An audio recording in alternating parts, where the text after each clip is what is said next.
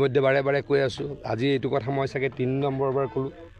মোৰ যিমান মনত আছে খৈৰাবাৰীত কৈছিলোঁ আজি কেইদিনমানৰ আগতে ওদালগুৰিতে ক'লোঁ আজিও কৈছোঁ যে তেখেতলোকক সন্মান কৰি ইলেকশ্যন খেলিম মানে মই নামকেইটা কৈ দিয়া নাই ইয়াতে স্থানীয় পাৰ্টি কোন কোন ইয়াতে আঞ্চলিক দল কোন কোন জাতীয় দল জাতীয়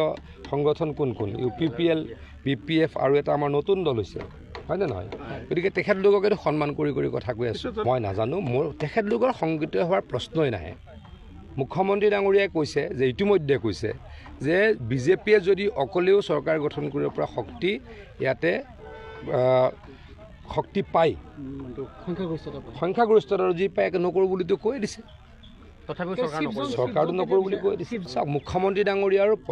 আমাৰ দলৰ সভাপতি ডাঙৰীয়াই সিদ্ধান্ত ল'ব কিন্তু মই আকৌ কৈছোঁ ইয়াৰ যিকেইটা আঞ্চলিক দল আছে তেখেতলোকক অসন্মান কৰি আমি চৰকাৰত নবহোঁ কেতিয়াও আৰু বিশেষকৈ বড়ো সম্প্ৰদায়ক বা ইয়াত থকা সকলো ব্যক্তিক আমি অসন্মান কৰি সমতালৈকে আহিম সেই কথা আমি ভাবিবই নোৱাৰোঁ আমি সকলোকে লৈ সমিলমিলৰে এখন চৰকাৰত অংশগ্ৰহণ কৰিব বিচাৰোঁ আমাৰ সেয়ে স্পষ্ট নীতি